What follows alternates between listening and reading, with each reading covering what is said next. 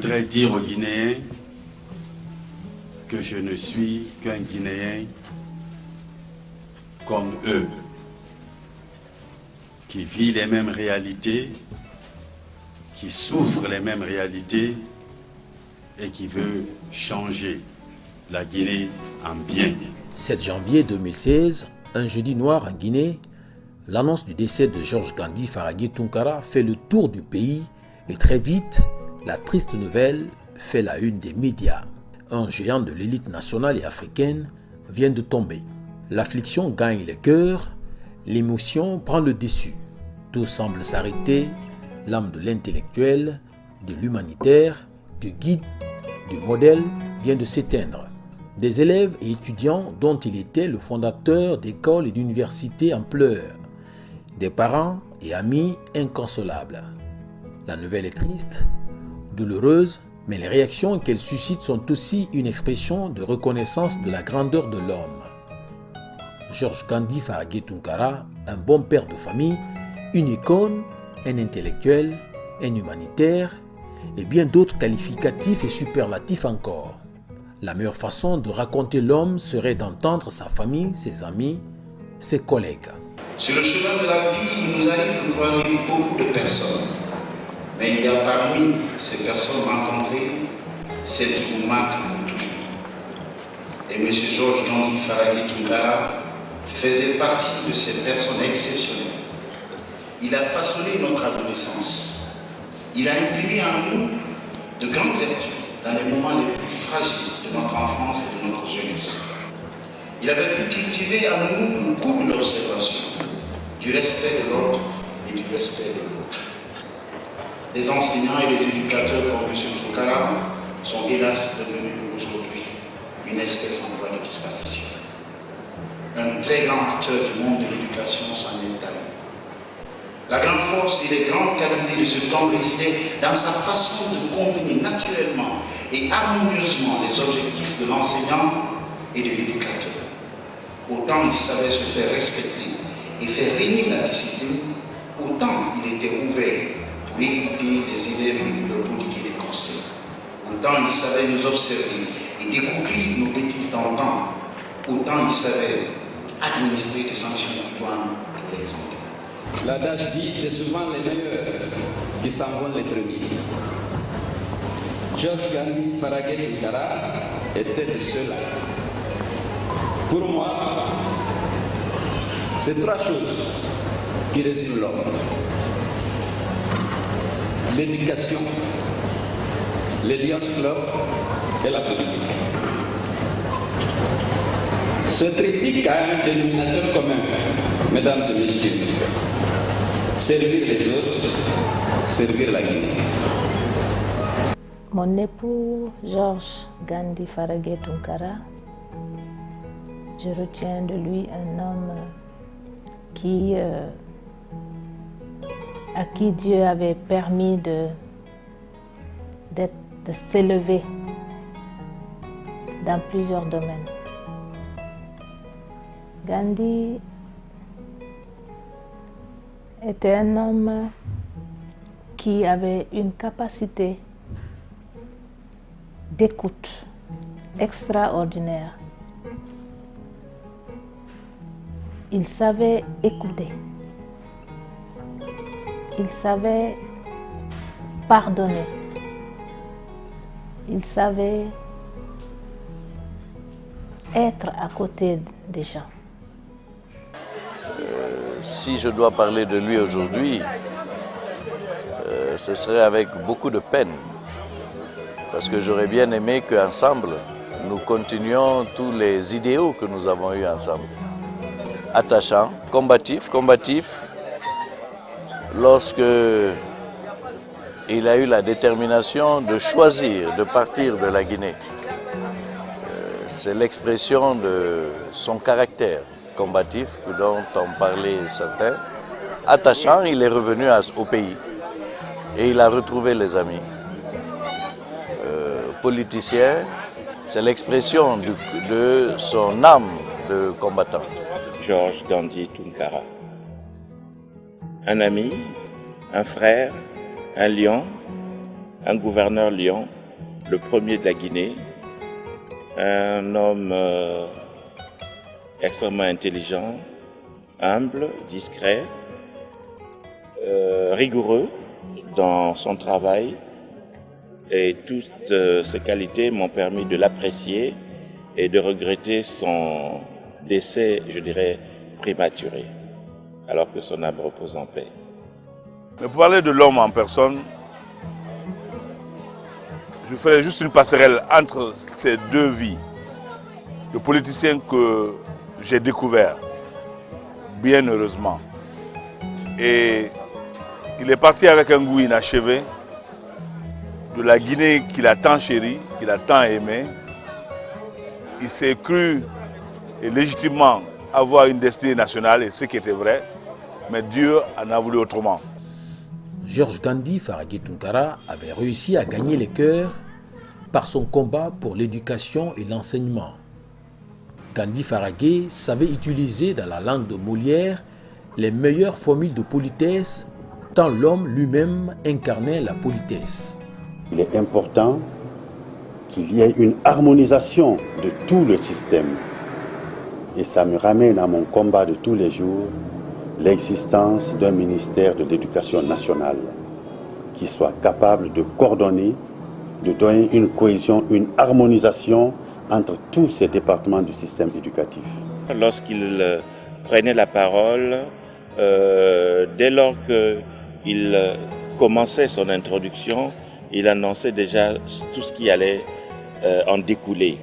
C'est la preuve d'une bonne intelligence. Il a sémé ce qu'on appelle la vie en créant les écoles en Guinée. Il a donné donc la vie aux jeunes Guinéens et à la possibilité pour la Guinée. Georges Gandhi aussi, c'est quelqu'un qui sait partager ses connaissances et qui part du principe que nos sociétés ne peuvent évoluer efficacement que si on arrive à former la jeunesse. Et ceci explique pourquoi justement il a créé l'école, l'université qui est devenue plus tard une université. Et c'est un amour assez profond pour le savoir, pour l'éducation. Je n'ai pas été surpris d'apprendre par la suite qu'il était de l'univers de l'éducation, qu'il avait consacré sa vie, entre autres, à créer une université ici en Guinée pour permettre à un avenir radieux à l'homme guinéen, aux citoyens guinéens, aux jeunes Guinéens. Je pense qu'il a posé des pas à la suite de grands hommes ici en Guinée et que les jeunes allaient suivre les sillons qu'il a si bien tracés. Il a beaucoup fait pour la jeunesse guinéenne. Il a beaucoup fait pour la jeunesse guinéenne, c'est pour ça d'ailleurs qu'il a été enseignant. C'était un enseignant dans l'âme. Il a monté son université et aujourd'hui il y a des doctorats. Il a pu faire des doctorats à l'université Mercure, puisque je sais qu'aujourd'hui il y a des docteurs issus de l'université Mercure. Georges Gandhi Faragé, c'était un homme avec une vision. Quelqu'un qui a toujours pensé que l'homme devait se préoccuper de l'autre. Il a toujours conjugué son bonheur au pluriel. Et pour sa patrie particulièrement, il avait une grande vision. Et cette vision, je crois qu'il a essayé du mieux de son possible à la mener à bien. Il s'est investi complètement et littéralement pour l'éducation dans notre pays. Il a rêvé d'une Guinée avec une population en majorité éduquée. Il a mis tous ses moyens physiques, intellectuels et matériels pour faire aboutir cet idéal qu'il avait. C'est quelqu'un de très attachant, très social. Il est modeste, quelqu'un de très combatif. Si vous remarquez, il a réussi à revenir au pays, à créer l'université Mercure, Saint-Georges. Il était dans la politique, mais ça n'a pas monté la tête. Il a eu la possibilité d'être ministre de l'Éducation nationale, mais il est toujours resté le même Gandhi que moi j'ai connu. C'était un homme d'une très grande humilité. Parce que moi je l'ai connu, j'étais président de zone, lui c'était mon gouverneur. Et sa première visite, il l'a effectuée dans ma zone. C'est un homme que la fonction ou la fortune n'avait pas fait sortir du chemin de la voie de l'humilité. Il était aussi d'une très grande générosité. C'était un homme très agréable, un bon vivant, une personne de parole qui, je ne l'ai jamais vu élever la voix. Ce qui est un trait de caractère très fort parce que moi-même, je ne sais pas comment il faisait parce que moi je suis plus impulsif, mais il avait rêvé toujours à concilier tout le monde, à réconcilier tout le monde et il avait toujours un mot gentil à l'endroit de toutes les personnes avec qui il était. Quand je suis venu ici en Guinée, en 2003, quand il était gouverneur, Georges, comme il était serviable, très dévoué, tout ce dont j'avais besoin, il a pu les mettre à ma disposition avec Mariam. Les achats que je voulais faire, Georges m'a accompagné pour aller les faire. Il avait une forte capacité de pardon. C'était un homme de foi. Tout ce qu'il a fait, tout ce qu'il pensait était en relation avec Dieu. C'est pourquoi je dirais que c'était le mari le plus extraordinaire qui puisse exister. Gandhi était le mari qui était proche de son épouse. Lui et moi étions fusionnels. Et pour la petite histoire, souvent mes amis, une de mes amies particulièrement me disait « Mais pourquoi chaque fois qu'on te voit avec ton mari, vous avez la main l'un dans l'autre ?» Je dis « On ne fait pas exprès, ça vient tout naturellement. Chaque fois qu'on se rencontre, chaque fois qu'on est ensemble, nos mains se rencontrent sans même qu'on y pense. » Ça, c'était l'œuvre de Dieu aussi. Et il ne m'a jamais heurté. Et à ma connaissance, il n'a jamais heurté personne de son entourage. Je garde en mémoire tous nos bons moments, l'enfance, nos bons souvenirs. Et que Dieu est miséricordieux, de là-haut où il est assis à droite, comme on peut dire, de Marie, qui repose en paix. Et Gandhi, tu restes dans nos cœurs. Un jeune frère, très attachant, et un grand sportif. Je rappelle qu'au port là-bas, malgré son jeune âge, il nous dominait tous au tennis de table.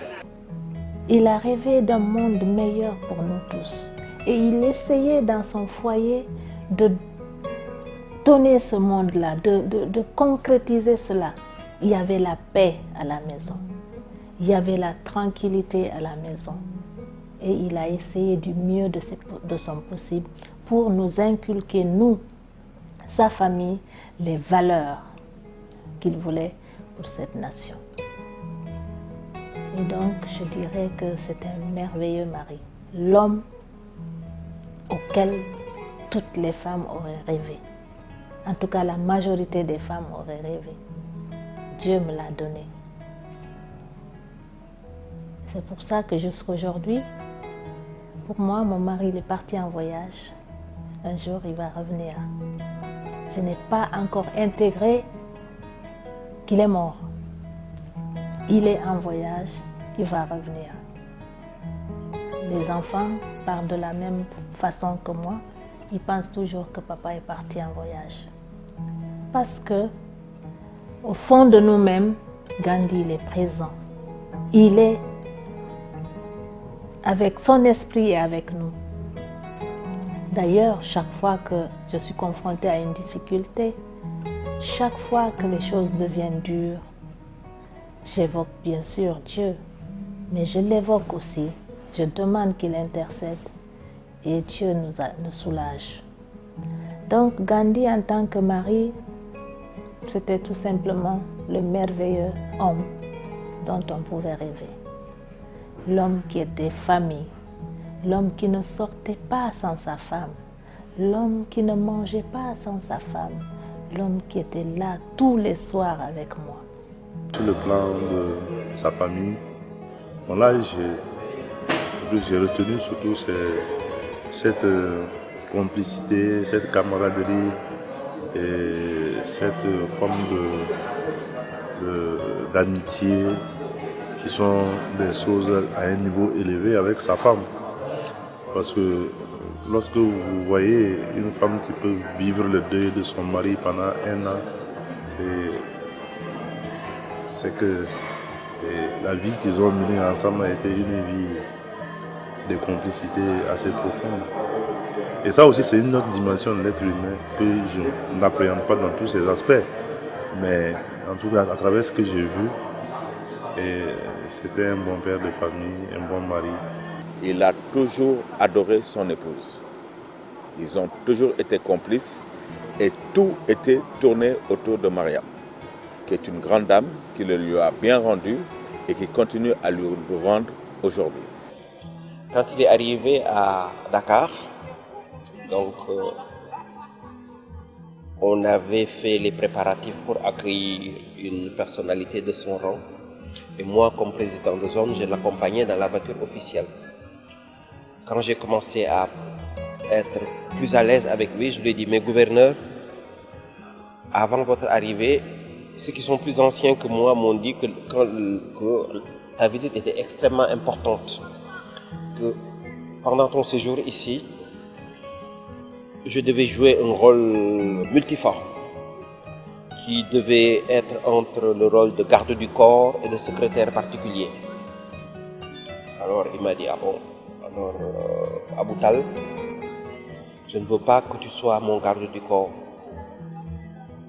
Je ne veux pas que tu sois mon secrétaire particulier. Tu sais ce que j'attends de toi. Alors je prends mon cahier pour bien prendre note. Il me dit, je veux que tu sois simplement mon ami. Tous les soirs ici, j'imagine qu'il est à côté. Je regarde sa place parce qu'il avait une place dans le salon et je me dis, il est là. J'aimais tout en Gandhi. J'aimais tout en lui. Sa façon d'être, sa façon de parler, toutes les parties de son corps étaient aimées par moi. Donc, Gandhi est immortel chez moi et dans notre famille. En tant que père, il a fait ce qu'il a pu. Dieu nous a donné des enfants et le plus grand, aujourd'hui, est marié, il est père de famille, s'occupe de sa famille honorablement. Le second, il essaye de s'en sortir, il est encore sur les bancs. Et la toute dernière, elle est encore au collège, elle m'honore par le bon travail qu'elle fait à l'école, par son comportement. Donc, Gandhi n'est pas mort. J'estime qu'il nous a laissé un très beau héritage.